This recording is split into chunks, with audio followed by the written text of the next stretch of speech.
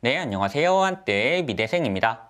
오늘은 금융시장의 구조, 직접 금융과 간접 금융 이야기라는 주제를 가지고 영상을 준비를 해보았는데요. 최근 레고랜드 사태로 인해서 채권 발행이 굉장히 어려워지고 있는데 그 이유를 직접 금융과 간접 금융, 이 두 가지 금융 구조를 통해서 설명해 드릴 수 있도록 하겠습니다. 우리가 흔히 보는 금융시장은 크게는 두 가지로 구분해 설명을 해 볼 수가 있는데요.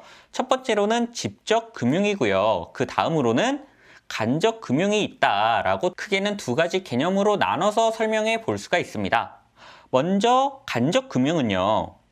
은행과 같은 금융중개기관을 통해서 작은 공급자가 자금 수요자에게 돈을 공급해주는 시장이다라고 설명을 해 드릴 수가 있는데요. 이런 정의는 이해하기가 너무 어려우니까 제가 잠시 후에 도식화해서 쉽게 설명해 드릴 수 있도록 하고요. 그 다음으로는 직접 금융은 최종적인 자금 수요자가 금융기관을 개입시키지 않고 작은 공급자로부터 자금을 조달하는 개념이다라고 설명을 해 드릴 수가 있습니다. 이것도 너무 어려우니까 제가 이해하기 쉽도록 도식화해서 설명을 해 드리자면요. 간접 금융이라는 건 작은 공급자인 예금자와 자금 수요자인 대출자가 이렇게 있을 때 예금자가 예금을 은행에다가 하고 대출자는 은행에 대출을 해달라고 요청을 해서 돈을 받는 구조가 이 간접 금융이다라고 설명을 해 드릴 수가 있습니다. 이렇게 되면 예금자와 대출자는 서로를 당연히 알지 못하는 상태가 되는데요. 간접 금융의 핵심은 은행을 거친다, 은행을 믿고 예금과 대출을 진행한다라는 특징이 있는 거고요. 당연히 예금자와 대출자가 서로를 모르고 금융기관, 이 은행을 신뢰하기 때문에 거래를 하게 된다라고 설명을 해 드릴 수가 있습니다. 반면에 직접 금융은요, 자금의 수요자인 기업이 나 주식이나 채권을 발행할래 라고 먼저 선언을 하고요. 그러면 증권사가 주식과 채권을 중개를 해서 투자자에게 주식이나 채권을 살래라고 물어봅니다. 그러면 기업이 발행한 주식이나 채권을 사고 싶은 투자자가 투자금을 증권사에게 한번 보내고요. 증권사는 이 돈을 다시 기업에게 보내고요. 그러면 기업은 주식이나 채권을 투자자에게 보내준다. 이게 바로 직접 금융의 기본적인 구조다라고 설명을 해 드릴 수가 있습니다. 이렇게 되면 당연히 투자자와 기업은 서로 알고 있는 상태가 되는데요. 이렇게 되면 투자자는 기업을 믿고 투자를 하는 걸까요? 증권사를 믿고 투자를 하는 걸까요? 당연히 기업을 믿고 투자를 진행하는 구조가 될 수가 있을 겁니다. 간접 금융과 직접 금융의 가장 큰 차이는 누굴 믿고 내 돈을 맡기느냐의 차이가 있는데요. 간접 금융은 한마디로 은행 대출이라고 이해를 해 주시면 좋고요. 직접 금융은 채권이나 공모주에 투자를 한다라는 개념으로 이해를 해 주시면 좋습니다. 이렇게 되면 간접 금융은 은행을 믿고 예금과 대출을 진행한다. 직접 금융은 기업을 믿고 투자를 진행한다라는 말로 구분을 할 수가 있는데요. 당연히 간접 금융은 사고가 나면 은행이 중간에서 책임을 져주는 구조가 될 수밖에 없을 거고요.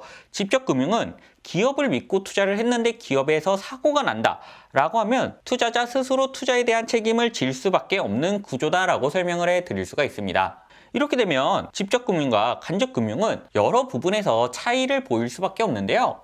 먼저 투자자 보호, 위험성 측면에 있어서 간접 금융은 상대적으로 투자자 보호 수준이 높게 유지가 될 수밖에 없습니다. 특히나 예금자 보호까지는 투자자의 투자금을 정부가 100% 보호를 해주는 위험 가능성이 전혀 없다라고 볼 수가 있고요. 직접 금융은 투자자 보호가 주식이나 파생 상품보다는 당연히 잘 돼 있다고 하지만 상대적으로 간접 금융에 내가 예금을 투자한 것보다는 낮은 상태로 유지가 될 수밖에 없습니다. 다음으로 금리라는 측면에서 직접 금융과 간접 금융을 구분해 보았을 때 직접 금융은 상대적으로 위험이 높기 때문에 당연히 이 금리라는 부분이 높아질 수밖에 없는 구조가 되는 거고요.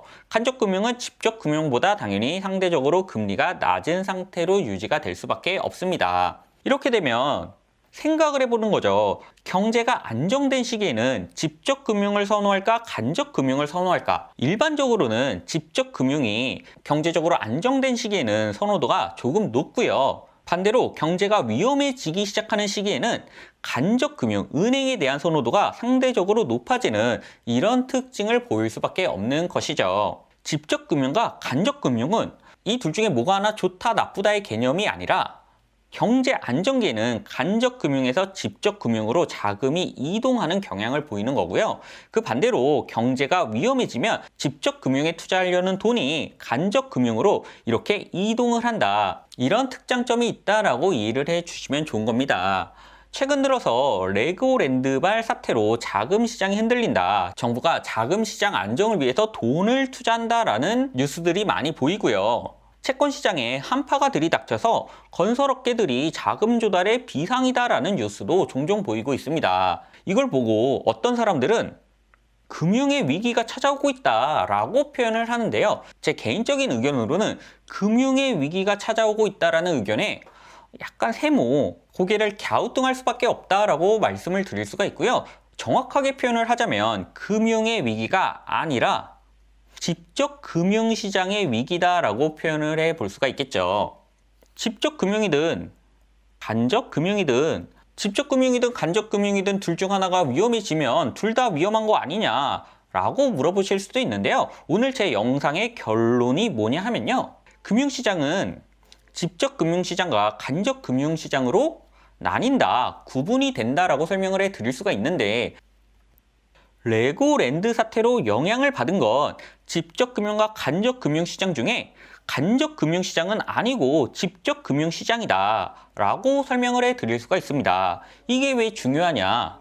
제가 지금 영상을 촬영하는 2022년 10월 기준으로 직접 금융이 시장의 위기로 채권 금리가 상당 부분 높아져 있다. 5에서 6% 주던 채권이 최근에는 7에서 8%까지 올라갔다. 심지어 높은 거는 9%까지도 올라가는 현상을 확인하실 수가 있습니다.